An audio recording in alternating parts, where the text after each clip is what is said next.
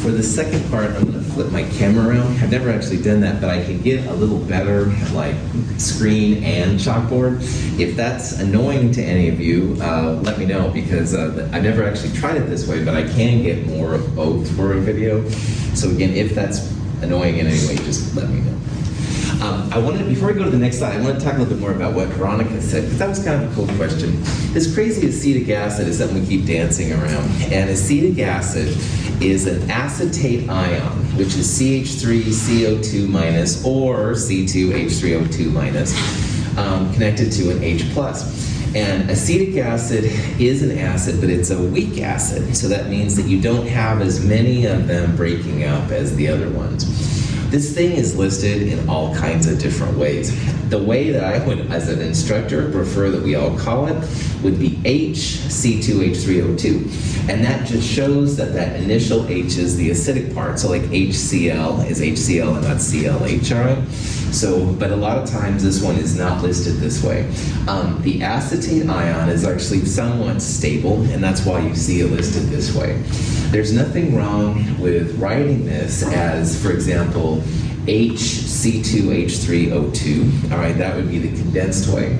But I wouldn't write it as, say, C2H4O2 or H4C2O2. That one hydrogen is kind of special, all right, it's the acidic one, and that's why that should be different than the other three. So don't write it like this, but any of these other ways would be okay to write it. Most of the acids aren't this weird, all right? But this is one that is actually fairly common, and you see it and stuff. So, any questions on that? Is that cool? Cool. All right, we're going to change gears now and talk about solubility. And one of these 5 compounds is insoluble in water. And see if you can figure out which one of those is insoluble, i.e. which one you put it in water and it doesn't dissolve.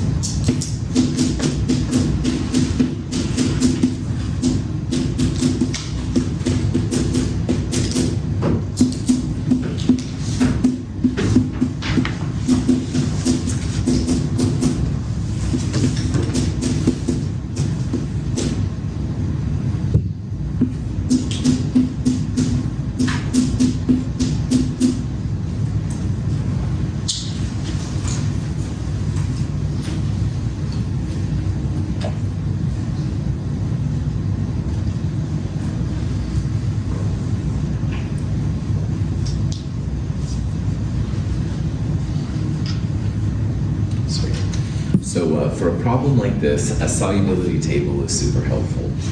You can look up which one of these is the insoluble exception or whatever. Another way to do this, though, is that you're going to see these 8 ions a lot in these compounds, and they're lithium, potassium, sodium, ammonium, as well as nitrate, chlorate, perchlorate, and our good friend acetate we were just talking about. And anytime you see one of those, it's going to be water-soluble AQ. So if you go through this list, well, there's ammonium, all right, so that's one of them. There's nitrate, that's also one of them, so that one certainly is going to be water-soluble. Anything in this list, always water-soluble, no exceptions. And the next one, I'm not sure about hydroxide, but sodium, all right, no problem.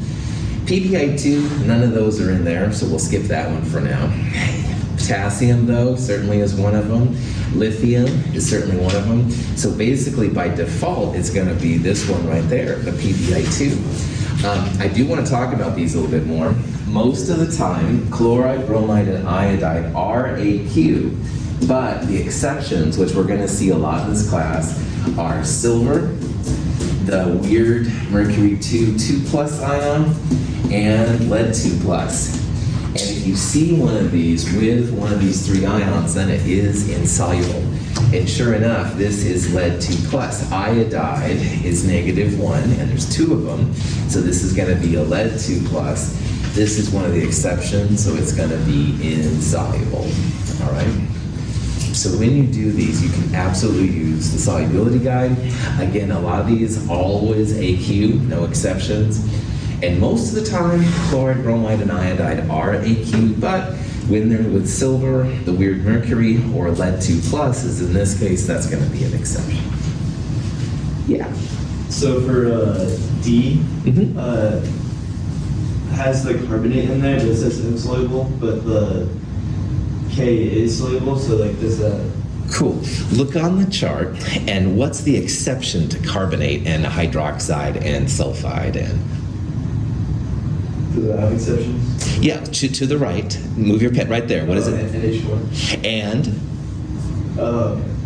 alkali metals. All right. So that's a real. I'm glad you brought it up. The alkali metals are group 1A. Okay. So that's the sodium, potassium, lithium. It's also like rubidium, but those are more rare. All right. So that's why I put the other ones up here too, because they're the ones we run into, man. Yeah. So all of those, you're right, usually are insoluble. So that wasn't like a dumb thing to do by any means.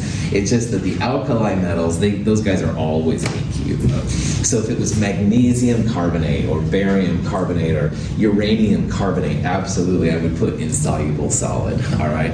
It's just that the crazy alkali metals and stuff are exceptions, and ammonium too. Good, I'm glad you brought that up. Questions on, other questions? Yeah, Julie. If you had a lead ion with a different charge, like Pb3+, would it be soluble in iodine? Good question. Using our very primitive rules, if it was like lead 4 iodide, PbI4, then you could say, you should probably say it's AQ. I'm going to intentionally steer those away from you for right now. And in Chem 223, we'll look at some better rules that we could address those kind of things better. But for right now, Juliet, yeah, you'd say it was AQ because lead 4+ is not lead 2+. Well done. Excellent question. Yep. There's better rules out there, and we'll look at those later, but for right now, these primitive ones work pretty well. So excellent, excellent observation. Other questions? Wow, good questions. All right. Which of these compounds is not an acid in aqueous solution? And that's why, again, Veronica's question earlier was pretty cool, because one of those looks weird. See if you can find out which one is not the acid.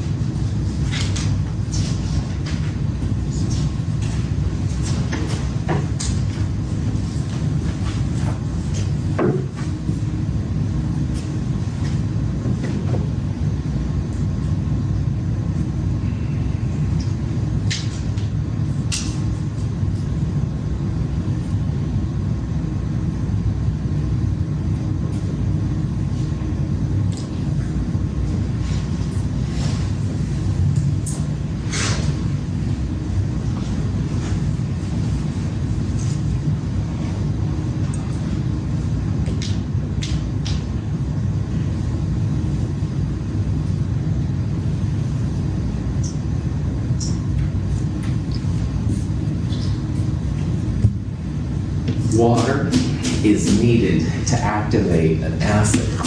And what's really happening, if you put like hydrochloric acid, all right, in water, hydrogen monochloride is a gas, you put that in water, the H+ transfers to the water to make hydronium.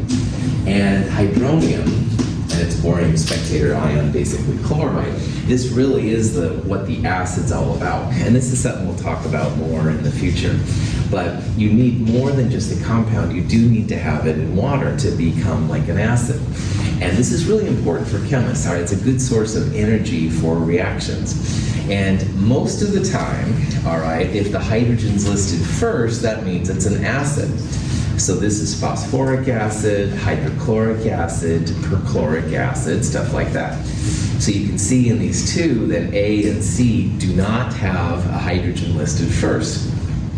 So at this point you have to guess. But also though, along with what Veronica asked earlier then, this is the weird acetic acid. And although it kind of pains me as the instructor, you will see it listed this way a lot.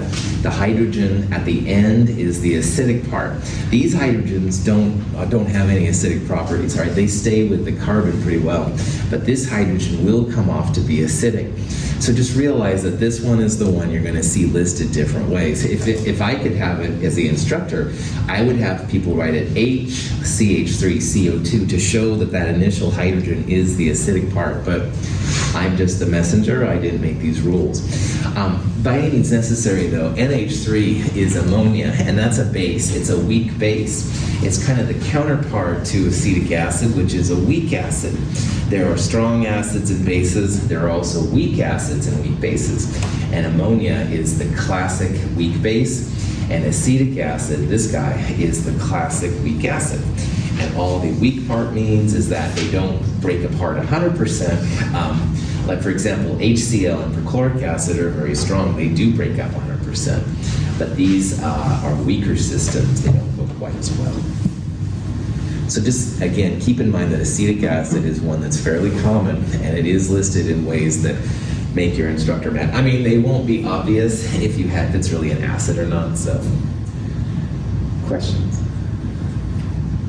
Vinegar is actually dominantly acetic acid. It's a weak acetic acid solution, so woohoo if you like vinegar. All right, this question. Which equation below represents the balanced net ionic equation for the reaction of magnesium carbonate and nitric acid?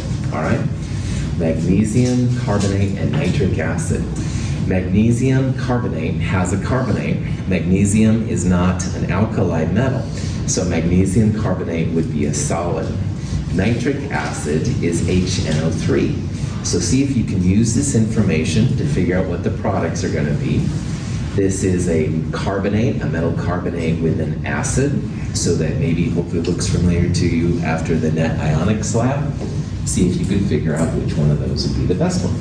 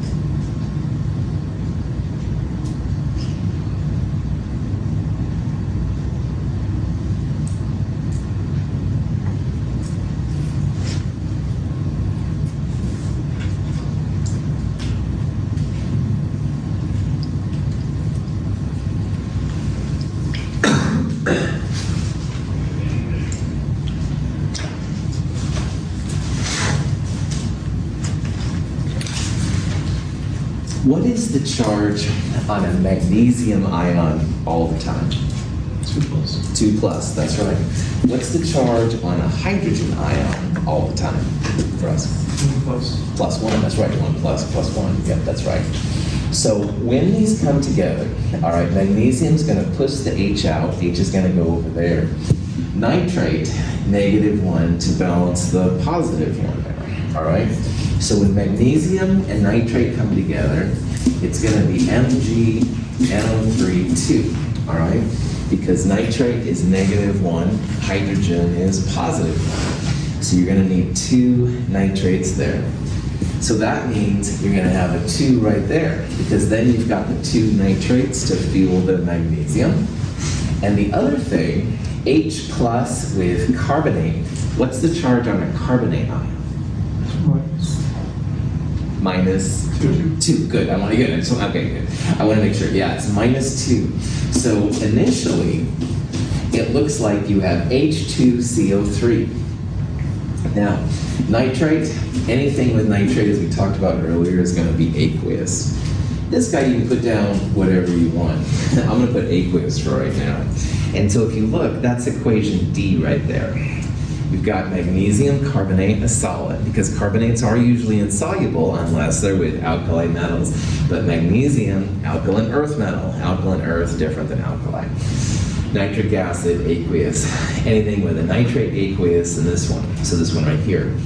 But this one, as we saw in the lab, is carbonic acid. It's an unstable acid. And so it breaks down quickly into water, which is a liquid, and CO2, a gas. So if you take out H2CO3 and you put water and CO2 in it, that's what this equation is right there. So this one or D, either way, would be the molecular version of the equation. All right, it shows all reactants and products and stuff coming together. Questions on that part? Okay. The reason why this is important is because these are actually the driving forces for this reaction. If you can make a solid, a liquid, or a gas, that's like a reason for this reaction to occur. So when you get to the net ionic reaction, you want to pull out spectator ions, if any. And if you look at the aqueous pieces in this reaction, sure enough, nitrate is involved in both of them. So nitrate is going to be an aqueous.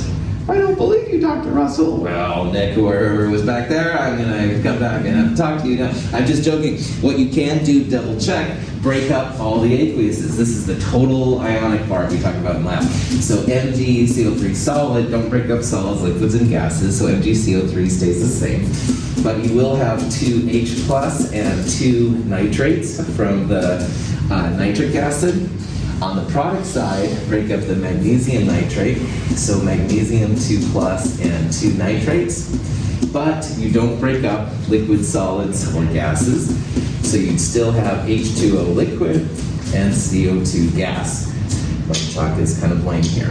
But hopefully you can see, if you have something on reactant and product side, that's going to be a spectator. The 2 nitrates from nitric acid cancel the 2 nitrates from magnesium nitrate. Magnesium carbonate does not cancel this magnesium ion. And the carbonate here is certainly not canceled by the CO2 or the water part. So the best answer here for the net ionic is going to be B. You're pulling the nitrate out, the spectator. It shows the CO2 and water as actual products being formed. Those are the driving forces of this reaction. If you can make something like that happen, it's going to be more likely. Any questions on this process? Yeah. How did you know that the magnesium carbonate was a solid? Cool. Look at your solubility table if you have it in front of you. And under carbonate, which is usually insoluble, all right, there are exceptions. The exceptions are ammonium and the alkali metals. And magnesium, which is group 2A right there, is an alkaline earth metal. It's not an alkali metal. So by default then, any carbonate that's not alkali, group 1A or ammonium, will be insoluble. Cool, good question. Any other questions? In our lab, everything we had was aqueous to start with, all right? And that was fun, let's be honest. In the real world, you may or may not have that, so just double check the reactants too. I mean, if it says solutions of things, then definitely it's going to be aqueous, but in this case, as you can tell, it's a solid. Good call. Other questions? So this is similar to the last one. It says, which equation below best represents the balanced net ionic equation for the reaction of potassium hydroxide and iron 2 chloride? And the products here, iron 2 hydroxide and potassium chloride. And see if you can figure out which of these would be the best answer.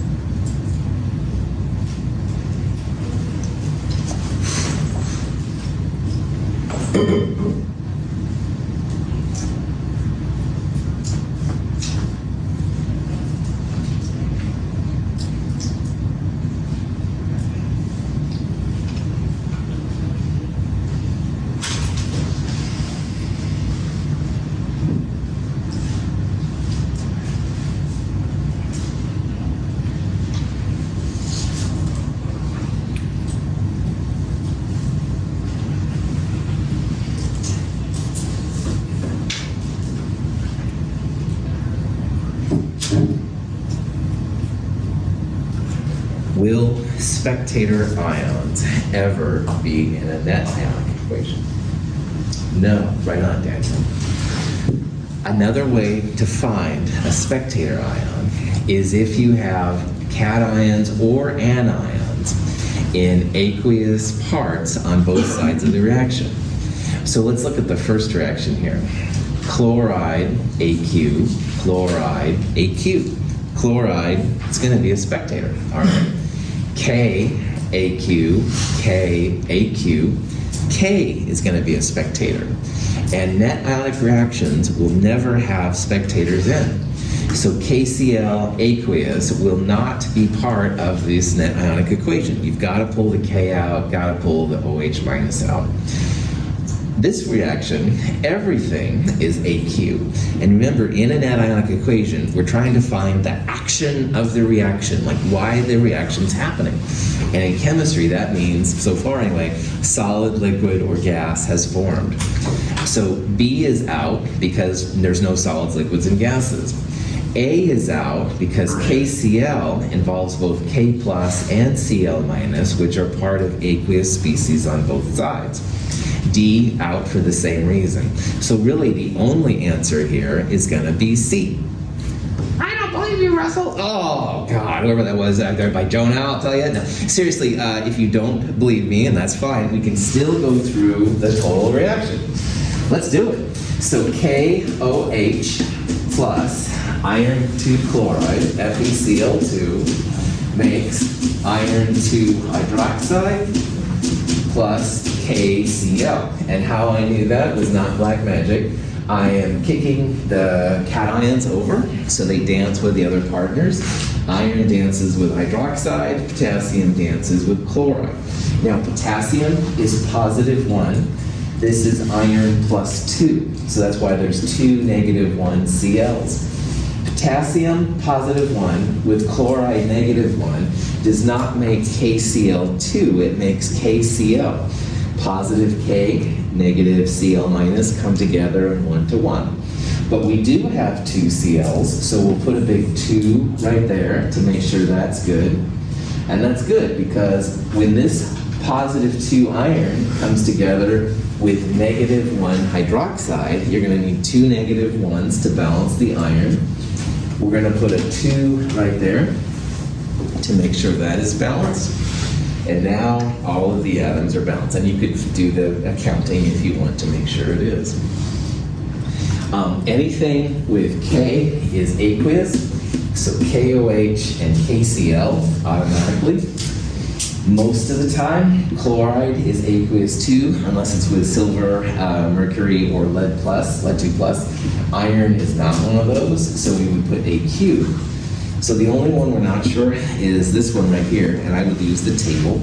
Hydroxides, like carbonates, are usually insoluble unless they're with ammonium or alkali metals, which are sodium, potassium, lithium. Iron is not one of those, so iron 2 hydroxide here is going to be a product, a solid. Okay. When you do the total ionic, break up all the aqueous pieces, but don't break up the solids. So that would be 2K plus and 2OH minus, and Fe2 plus and 2Cl minus on the reactant side. This is a solid, stays as a solid, we're not breaking that up. But we will break up the 2 KCls. And now you can look for the spectators. 2 potassiums cancel 2 potassiums. 2 chlorides cancel 2 chlorides. So at the end of the day, answer C would be right. You'll have 2 OH minus, I didn't add aqueous there, I should have, plus an iron 2 plus aqueous, making FeOH2 solid. K plus and Cl minus are spectators. But again, sometimes by looking for spectators, and they're going to be the same ions and aqueous pieces, that'll be a key to figure out which one of these is the right answer. Any questions? Okay. Another kind of reaction is the redox reaction. And this is a question where we're taking some zinc, we're adding it to a vanadium compound. This is VO2 plus 1.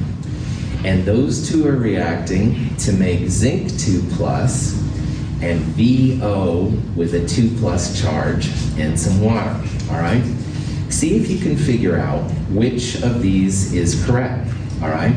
Maybe it's not a redox reaction, or maybe it is a redox reaction, and you want to figure out here which is oxidized or reduced, and which is the oxidizing agent or reducing agent.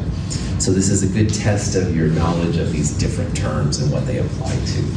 So see if you can figure out which one here is correct.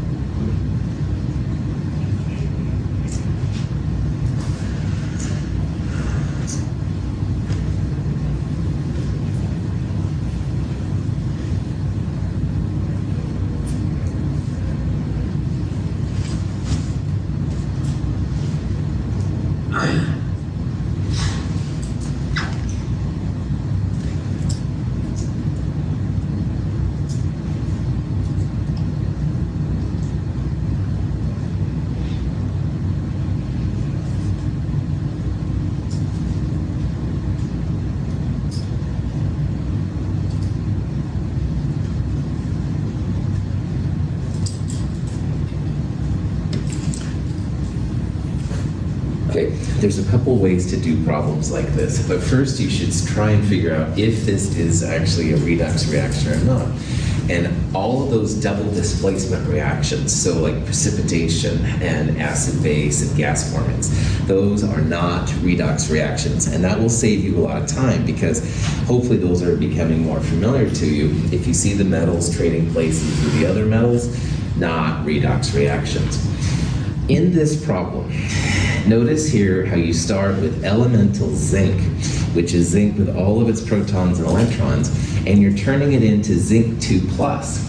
Now the only way that zinc can turn into zinc 2 plus is if it loses electrons. So right away, by seeing an element turning into an ion, or like we talked about, an element into a compound would be a different way, that's going to be a sign of a redox reaction. So something is definitely happening in the redox world. This is a redox reaction. If you see that element turning into a compound or changing its charge, something like that, definitely going to be happening. Now, zinc and vanadium, this VO2 plus, are what they're talking about. And all of these redox rules are for reactants only, all right? You don't think about the products when it comes to these at this level. So we're going to talk about what's happening to zinc and the VO2 plus. We won't talk about these guys on the product side. Now, zinc is becoming more positive, and the only way it can become more positive is if it loses electrons. So this is back to my Leo the Lion says grr thing, all right? If something loses electrons, it's being oxidized. So zinc is definitely losing electrons. It's becoming more positive.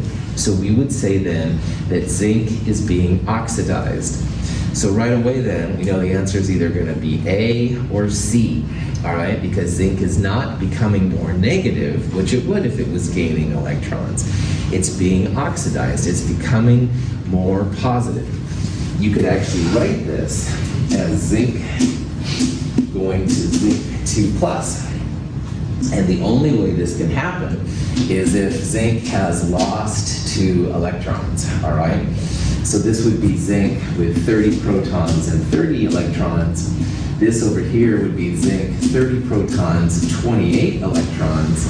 So 30 times plus 1 plus 28 times negative 1 is positive 2, and 2 electrons were lost. So zinc here is definitely being oxidized. Questions on that? Now, something that's being oxidized is also known as a reducing agent. And I really don't like this terminology, but it exists. So just realize something that's oxidized is known as a reducing agent. And likewise, something that's reduced is known as an oxidizing agent. And that's part of the question here. So you can see that the VO2, which is going to be one of these, there's a reducing agent and an oxidizing agent. Now, in a redox reaction, you always have something being oxidized and you have something being reduced. So it might be tempting to say that A was the answer, because there's the oxidized zinc we got. This is reduced, but reducing agent is the same as oxidized. So that's probably not going to happen, all right? So by default, I would guess answer C, because oxidizing agent means something that's being reduced. Now, if you want to get really into this, VO2 plus 1, we should figure out oxidation numbers. And vanadium, like all the transition metals, all over the place. But oxygen is usually -2, and there's 2 of them. And all of that equals the charge on the ion, if any. So X is the vanadium's oxidation number, plus -2 times 2 for the oxygen. And since the whole thing is +1, I'll leave it over there. So -4 becomes +4. This is a +5 vanadium in the VO2 plus. Any questions on that? Okay. On the other side, you have VO plus 2, which is very similar and kind of confusing. But same process. X for vanadium, oxygen -2, and the whole thing equals +2. So let's put the -2 on the other side. We'll add 2 to both sides. X +4. So you have a vanadium +5 becoming a vanadium +4. That's what those numbers mean. And notice how vanadium is becoming less positive / more negative, all right? And that can only happen if the vanadium +5 is gaining an electron, because 5 - 1 is +4. So the vanadium in the VO2 +1 is gaining an electron. It's being reduced. Being reduced means that it's also the oxidizing agent. So that's the way to really knock these problems out if you want to use oxidation numbers. But on this one, probably, if you think about it, zinc is being oxidized, and that's not too hard to say. Something else has to be reduced. Reduced is the same as oxidizing agent. Cool. Questions on that? Okay. The next couple problems are about concentration or molarity. And in all of these kind of questions, it's pretty much going to be moles on the top and liters on the bottom. There's 1,000 milliliters in a liter. See if you can use this information to find the concentration, the molarity of the sodium carbonate here.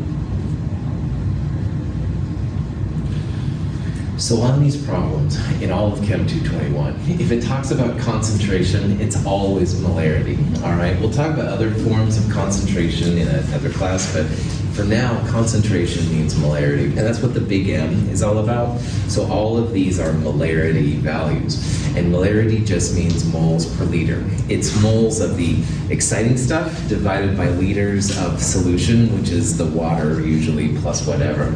So in this problem, gram sodium carbonate to moles, there's the molar mass for you.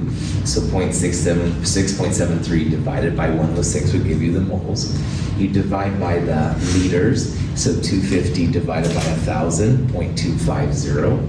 Throw this all together, 0.254 moles per liter. That's the concentration, the molarity of the sodium carbonate. Sometimes concentrations are listed in square brackets like that. It all means the same thing. So grams to moles divided by liters, bam. Any questions on that?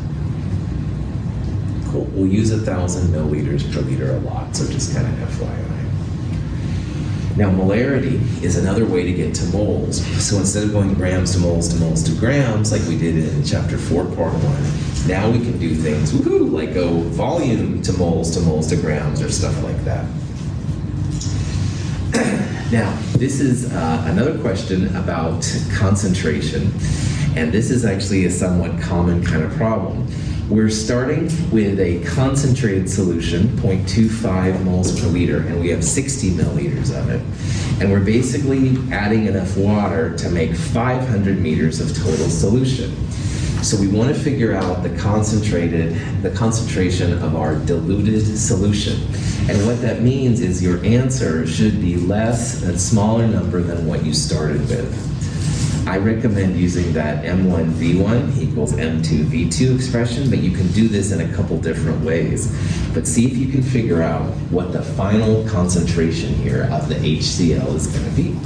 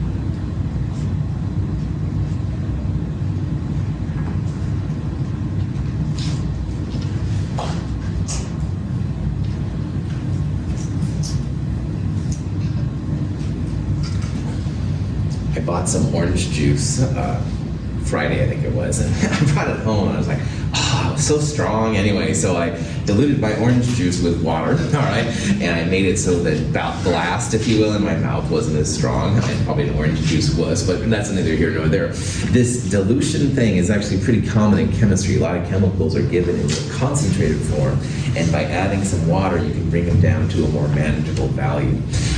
So if you see a problem about dilution, first of all, what you start with, that number will be bigger than your final answer, all right?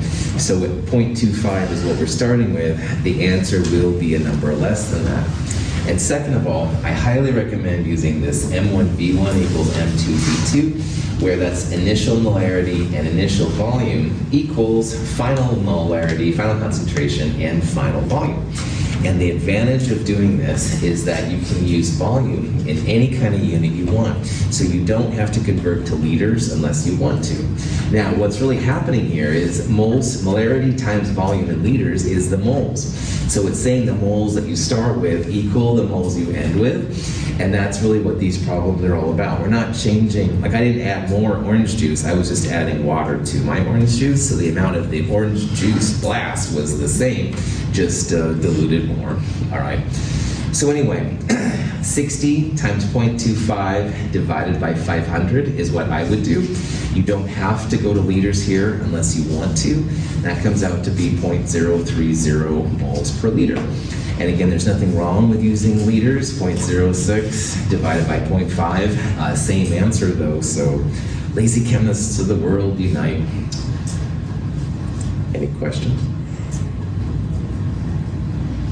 Okay.